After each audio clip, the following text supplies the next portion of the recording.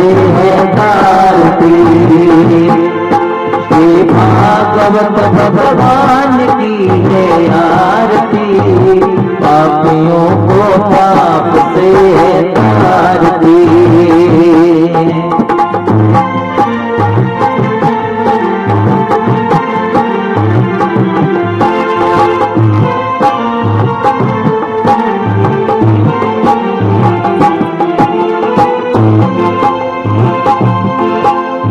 अमर पंक्तियों मुक्ति पंक्तियों पंचम वेद निराला, नव ज्योति जलाने वाला।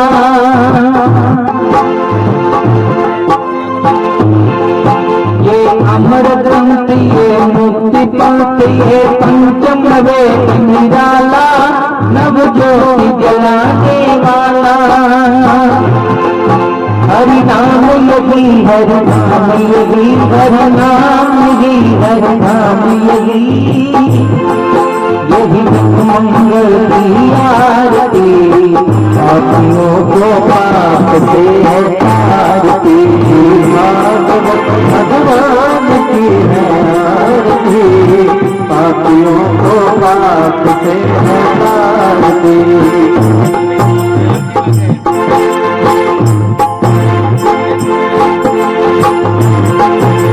शांति गीत पावन पुनीत पापों को मिटाने वाला, हर दर्द दिखाने वाला। शांति गीत पावन पुनीत पापों को मिटाने वाला, हर दर्द दिखाने वाला। ये सुख करनी, ये दुख हरनी, करनी हरनी, मधुर की आरती, पापियों को पाप से है तारती।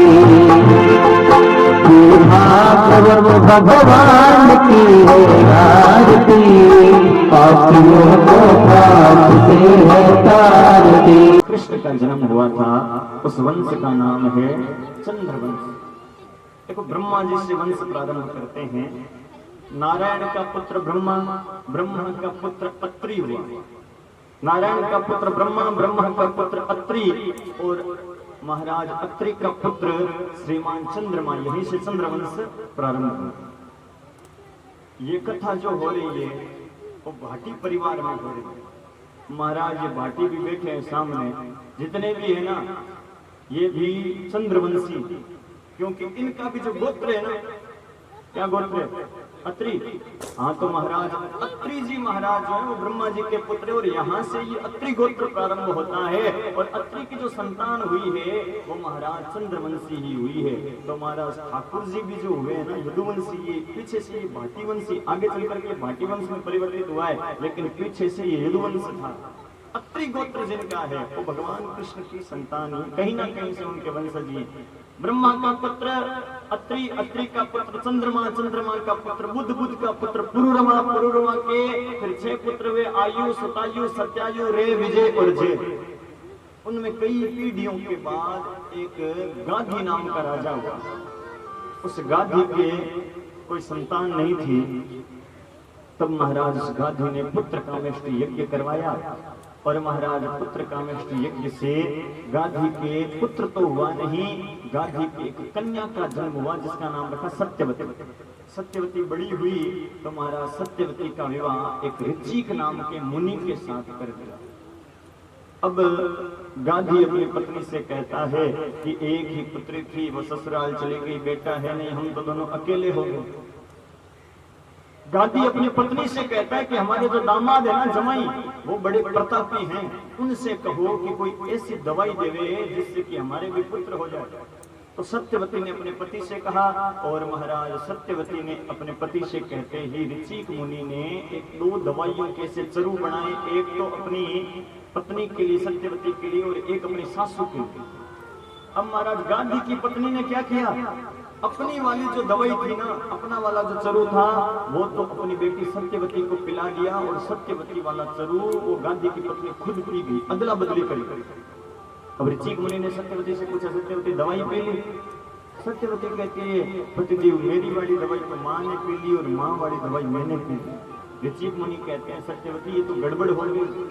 अरे तेरी वाली दवाई के अंदर मैंने ब्राह्मण के मंत्र भरे थे क्योंकि तू ब्राह्मण की पत्नी है, और तेरी माँ वाली दवाई में मैंने क्षत्रिय के मंत्र भरे थे क्योंकि तेरी माँ क्षत्रिय की पत्नी है। अब तो अदला बदली होगी। तेरे जो पुत्र जन्मेगा वो ब्राह्मण होने के बाद भी क्षत्रिय स्वभाव वाला जन्मेगा, और तेरी माँ के जो पुत्र जन्मेगा वो क्षत्रिय होने के बाद भी ब्राह्मण स्वभाव वाला जन्मेगा, क्योंकि दवाइयों की अदला बदली हो गई।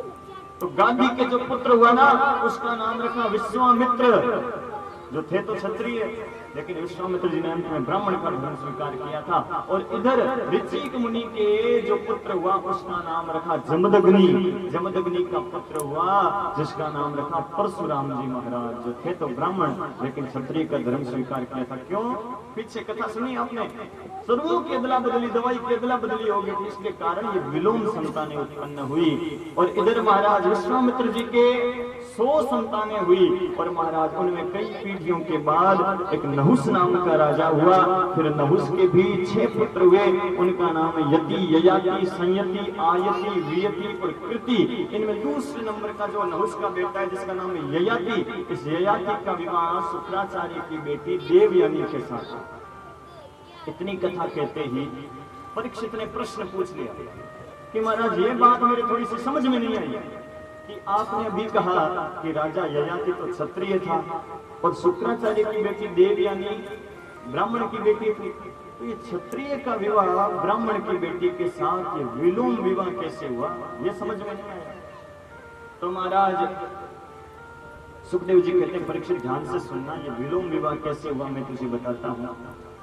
एक बार की बात है, शुक्राचार्य की बेटी जिसका नाम था देवयानी और राजा की बेटी जिसका नाम था शर्मिष्ठा, ये दोनों बहनें सहेलियां थी दोनों। एक बार ये दोनों नदी में स्नान करने गई। प्रश्न का ध्यान रखना, प्रश्न क्या चल रहा है, कथा से भटक मत जाना। शुक्राचार्य की बेटी देवयानी ब्राह्मण की बेटी का विवाह राजा ययाति क्षत्रिय के साथ कैसे हुआ, इस प्रश्न का जवाब दे रहे हैं। शुक्राचार्य की बेटी देवयानी और राजा की बेटी शर्मिष्ठा सहेलियां थी, नदी में स्नान करने गई। स्नान कर रही थी तभी पास से नारद जी महाराज गुजरे, तो उनको देख करके राजा की बेटी शर्मिष्ठा ने देख लिया और जल्दबाजी में बाहर निकल करके कपड़े पहनने लगी। तो जल्दबाजी में उसने अपनी सहेली देवयानी ब्राह्मण की बेटी के कपड़े पहन लिए। अब देवयानी बाहर निकली ना तो अपने कपड़े मिले नहीं, तो शर्मिष्ठा से कहती है अरे तूने तो मेरे कपड़े पहन लिए, मैं किसके कपड़े पहनूंगी। देवयानी कहती है कि वो शर्मिष्ठा कहती है कि जल्दबाजी में पहन लिए तो पहन ले, तू मेरे वाले पहन ले। तो ब्राह्मण की बेटी देवयानी कहती है मैं ब्राह्मण की बेटी हूँ, किसी के पहने हुए कपड़े नहीं पहन सकती, मैं तो अपने ही कपड़े पहनूंगी। तो राजा की बेटी क्या कहती है, बड़ी आई अपने कपड़े पहनने वाली, तेरा बाप मेरे बाप के सामने आता है, हाथ फैलाता है, भीख मांगता है, तब तो तेरा घर चलता है, भिखमंगी कहीं की पहनना है तो पहन ले, नहीं तो पड़ी रही। अब महाराज राजा की बेटी ने ब्राह्मण की बेटी को भिखमंगी बोल दिया।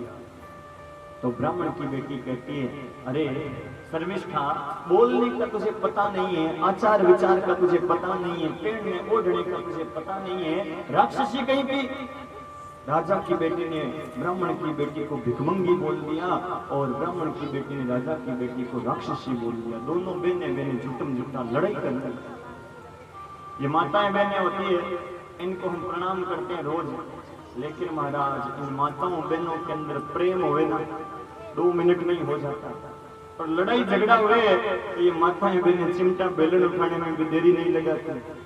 प्रेम इनमें मित्रता 2 मिनट में ही हो जाती है। आसपास के गांवों से इधर उधर से आएगी, पास में कथा में बैठेगी, महाराज को कथा सुनाते रहेंगे और ये आपस में बातें करेंगे।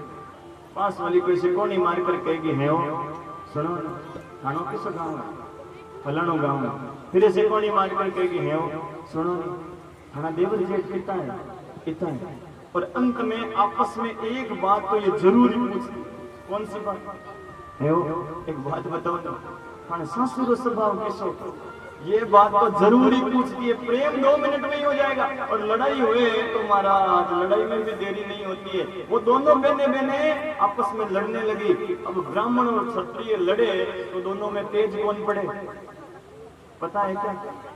हालांकि ब्राह्मण क्षत्रिय की लड़ाई होती नहीं है, युग युगों से परंपरा से महाराज कल्पांतर से जोड़ी चली आ रही है, हालांकि होती नहीं है, लेकिन ब्राह्मण क्षत्रिय लड़े तो दोनों में तेज कौन पड़े, कहीं संता कौन पड़े, बोले मार तो गांव में होली कौन है, ब्राह्मण पड़े। हाँ, ब्राह्मण ने देख रहे बात तो क्या हुई है। देखो लड़ाई की बात होए ना तो तेज महाराज क्षत्रिय पड़ता है, जीवने का काम होए ना तो तेज ब्राह्मण पड़ सकता है, भोजन का निमंत्रण देकर के देख लेना, लेकिन महाराज लड़ाई में तो क्षत्रिय तेज पड़ता है। देखो प्रश्न का ध्यान रखना, हंसने की आदत है मेरी। प्रश्न क्या चल रहा है कि राजा ययाति क्षत्रिय का विवाह ब्राह्मण की बेटी के साथ कैसे, इस प्रश्न पर कथा चल रही है। उस शर्मिष्ठा ने क्या किया, उस ब्राह्मण की बेटी देवयानी को पकड़ करके कुएं में डाल करके भाग गई। अब राजा ययाति वहां से जा रहा था, उसने किसी कन्या की आवाज सुनी तो देखा कुएं के अंदर जाम करके तो कन्या बैठी थी। राजा ययाति ने कन्या का हाथ पकड़ा, देवयानी को बाहर निकाला, पूछा तुम कौन हो?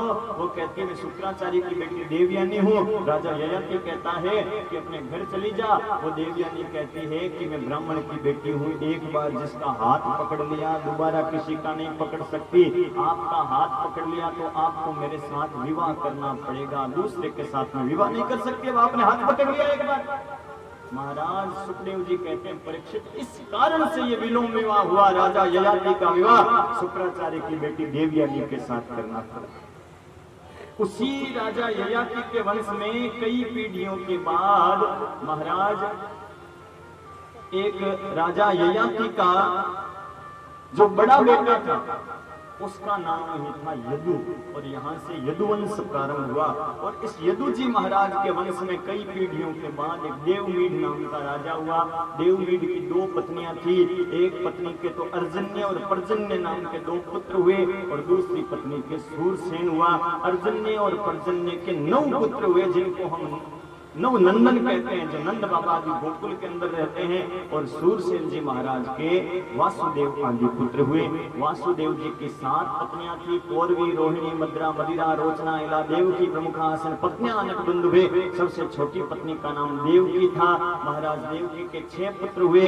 8वें पुत्र के रूप में भगवान कृष्ण का अवतार हुआ। जन्म लेते ही भगवान को वहां से जेल से भागना पड़ा, गोकुल चले गए। 6 दिन के हुए पूतना नाम की राक्षसी मारने के लिए आ गई। 1 महीने के हुए शक्तासुर, तनावुर, अगासुर, बगासुर, धेनुकासुर, अरिष्टासुर, चाणूर, मुष्टिक बड़े बड़े राक्षसों का उद्धार किया। कंस का उद्धार करके मथुरा के राजा बने और द्वारिका नाम की नगरी बसाई। कौरवों पांडवों का युद्ध करवाया। अंत में 99 लाख से ज्यादा यदुवंशी आपस में लड़ झगड़ करके मर गए और अंत में भगवान कृष्ण अपने धाम को चले गए। इतनी कथा सुना करके सुखदेव जी महाराज चुप हो गए। परीक्षित पूछता है महाराज हो गई क्या कथा? सुखदेव जी कहते हैं हाँ भैया हो तो गई ना, अभी तो सुना ही थी ना, यहाँ भगवान जन्मे, यहाँ ये किया, यहाँ ये किया, यहाँ ये किया, यहाँ ये किया, हो गई भैया कथा, अब अपने घर चला जाए। परीक्षित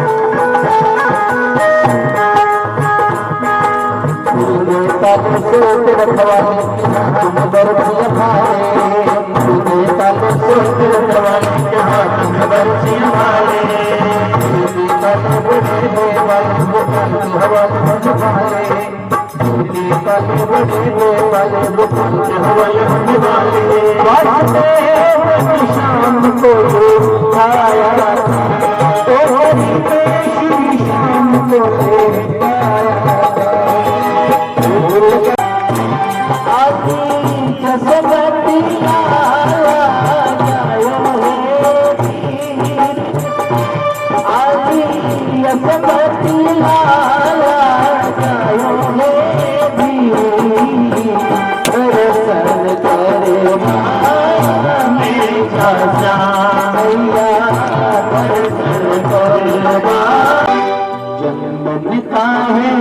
पवना रेशम की है डोर, चंदन का है पवना रेशम की है डोर, झूला झूले पग में दे।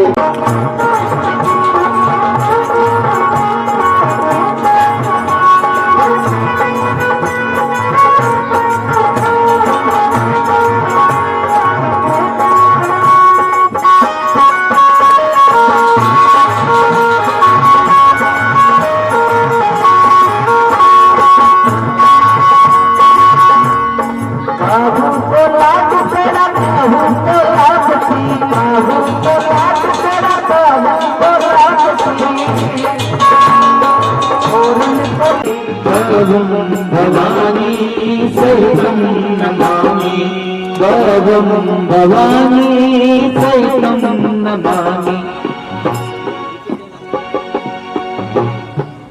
आरती बाल कृष्ण की कीजिए, आरती बाल कृष्ण की कीजिए, अपनो जन्म सुफल करिए, अपनो जन्म सुफल करिए। आरती बाल कृष्ण की कीजिए, आरती बाल कृष्ण की कीजिए।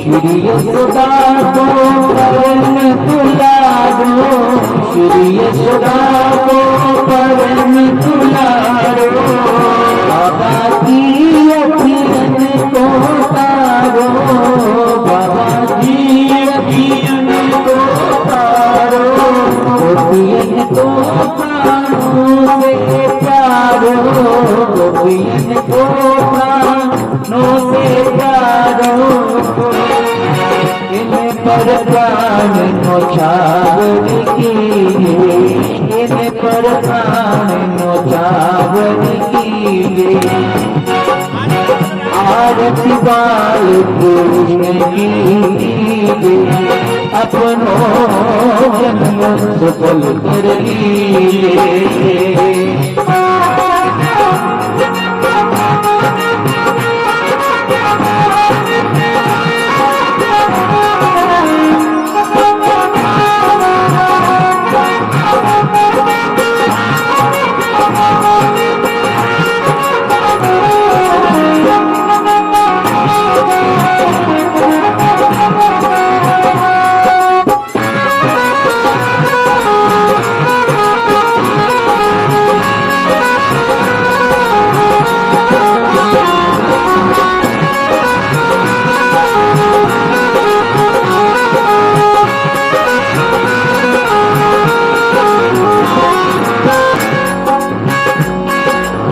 बलदाऊं को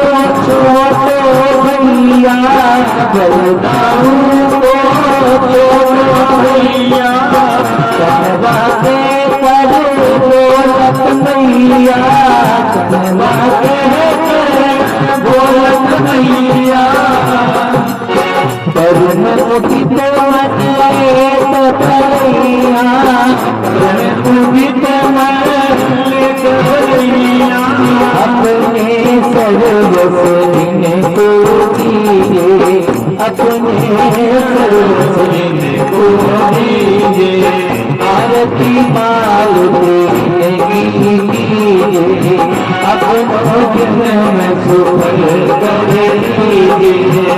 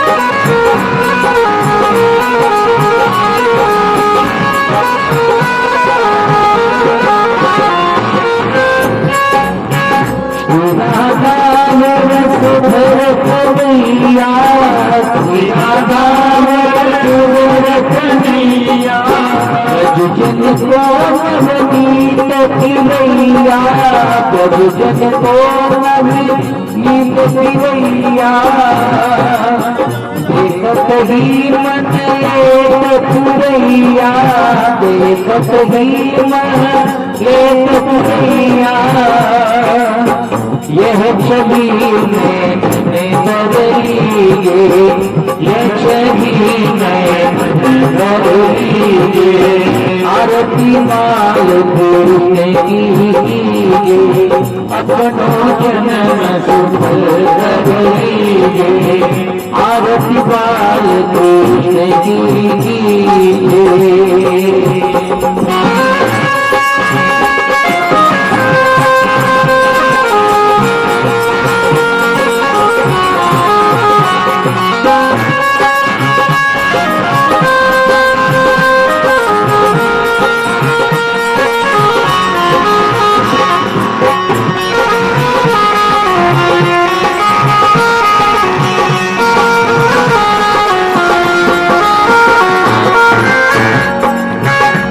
परिगोवन मधुर सुहावे तो परिगोवन मधुर सुहावे सदन में तेरे सुख पावे सदन में तेरे सुख पावे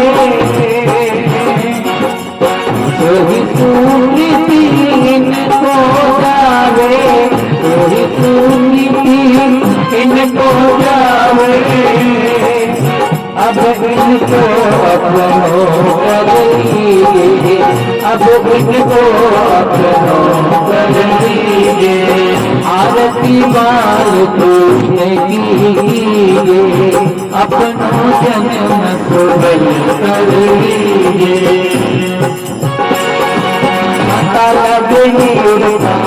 लगे शरीर का लगे अंगूठा नाम लगे अंगूठा लगे मछली का नाम लो पार्वती का लगे नाम लो